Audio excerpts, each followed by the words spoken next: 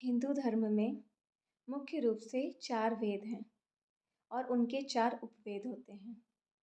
6 शास्त्र, 18 पुराण, 108 उपनिषद और 2 महाकाव्य हैं।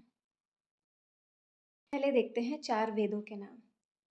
4 वेद हैं ऋग्वेद, यजुर्वेद, सामवेद और अथर्ववेद। अब हम जानते हैं उनके उपवेद। आयुर्वेद, धनुर्वेद, गंधर्ववेद और शिल्पवेद। इसके अलावा जो उपनिषद होते हैं वो कुल 108 हैं, लेकिन उनमें से 13 प्रमुख उपनिषद माने गए हैं। इसके अलावा 2 महाकाव्य भी हैं, रामायण और महाभारत। रामायण श्री वाल्मीकि जी द्वारा रचित है, वहीं वेद व्यास द्वारा रचित है महाभारत। यह जानकारी अपने बच्चों को अवश्य दें। जय श्री राम।